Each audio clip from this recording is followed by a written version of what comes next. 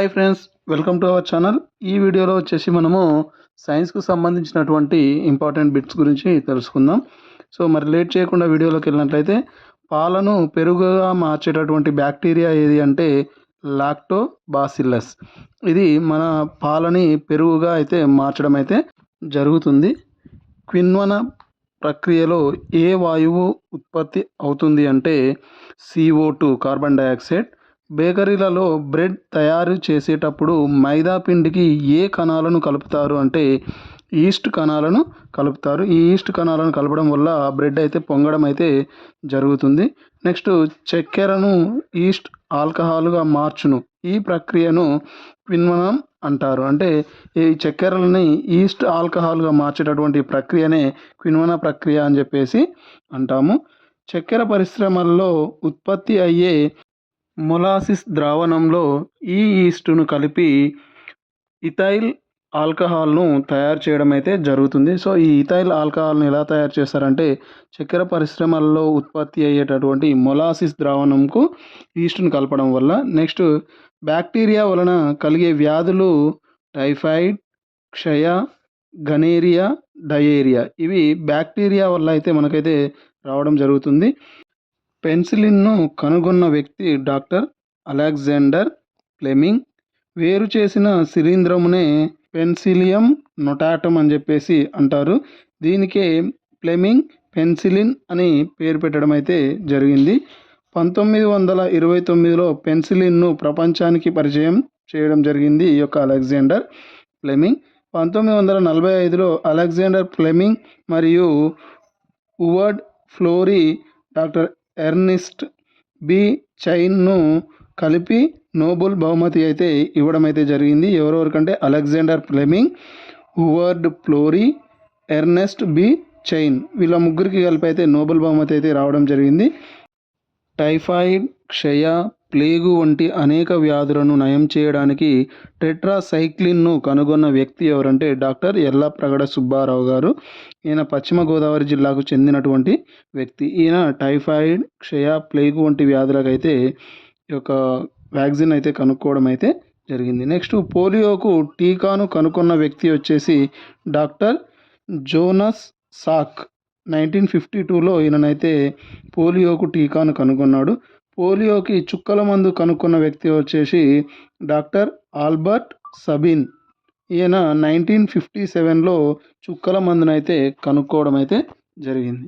చంపబడిన లేదా బలహీనపరచబడిన వ్యాధిని కలిగించే సూక్ష్మజీవులను మన శరీరంలోకి ప్రవేశపెట్టడాన్ని వ్యాక్సినేషన్ అంటారు. పోలియో వ్యాక్సిన్ను చుక్కల రూపంలో నోట్లో వేయడం అయితే జరుగుతుంది.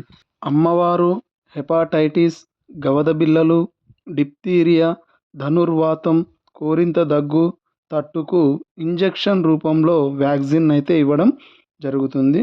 కుక్క కాటుకు వ్యాక్సిన్ను కనుగొన్న వారు లూయి పాస్చర్.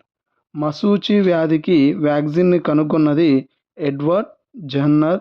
ఈయన 1796లో దీన్ని అయితే కనుక్కోవడం అయితే జరిగింది. నెక్స్ట్, కౌపాక్స్ సోకినటువంటి వ్యక్తికి మశూచి వ్యాధి రాదు అని చెప్పడం అయితే జరిగింది. ఈయన వ్యాక్సిన్ పదం వాకా అనే లాటిన్ పదం నుండి వచ్చింది. మరి వాకా అంటే మీనింగ్ ఏంటి అంటే ఆవు.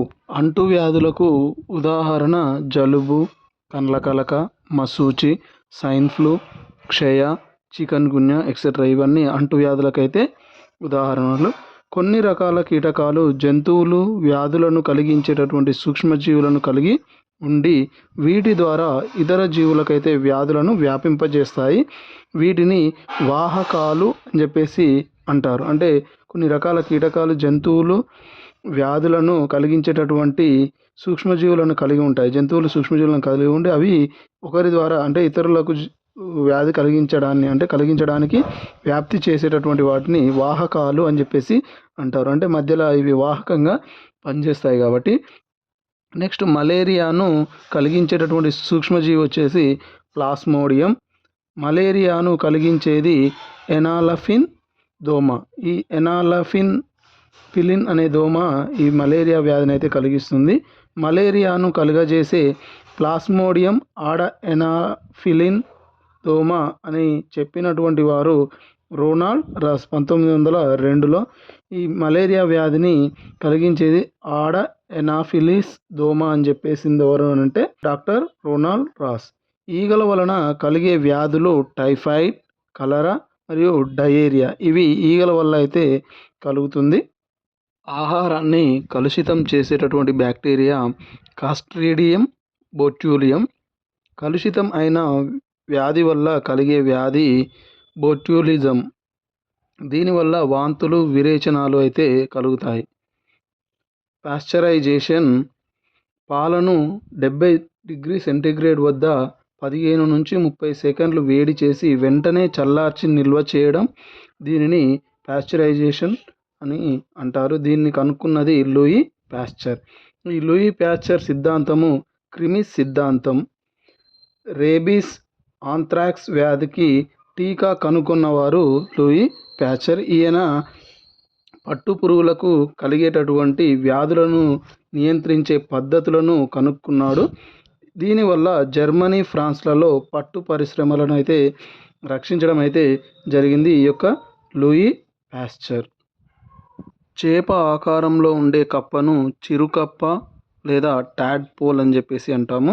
కొన్ని రకాల జీవులలో ఒకే జీవిలో పురుష మరియు స్త్రీ ప్రత్యుత్పత్తి అవయవాలు ఉంటాయి. వీటిని ఉభయ లైంగిక జీవులు అని చెప్పేసి పిలుస్తారు. నెక్స్ట్, కణం యొక్క ప్రతిరూపాన్ని తయారు చేసే పద్ధతిని క్లోనింగ్ అంటాము. క్లోనింగ్ ప్రక్రియ ద్వారా డాలీ అనే గొర్రెను జూలై 5, 1996లో సృష్టించడం అయితే జరిగింది. ఈ యొక్క క్లోనింగ్ అనేటటువంటి ప్రక్రియ ద్వారా డాలీ గొర్రెను ఇయాన్ విల్మిట్ మరియు అతని అనుచరులు రోజాలిన్ ఇన్స్టిట్యూట్ ఆఫ్ ఎడిన్బర్గ్లో దీన్ని అయితే తయారు చేయడం అయితే జరిగింది. డాలీ ఊపిరితిత్తులకు సంబంధించినటువంటి వ్యాధితో ఫిబ్రవరి 14, 2003న ఈ డాలీ అనేటటువంటి గొర్రె అయితే చనిపోవడం అయితే జరిగింది. ఇది ఫ్రెండ్స్ ఈ వీడియో. మరి ఇలాంటి మరిన్ని వీడియోస్ కోసం తప్పకుండా నా యొక్క ఛానల్ని సబ్స్క్రైబ్ చేసి మీ యొక్క ఫ్రెండ్స్ తోటి షేర్ చేసుకోండి. Thank you for watching.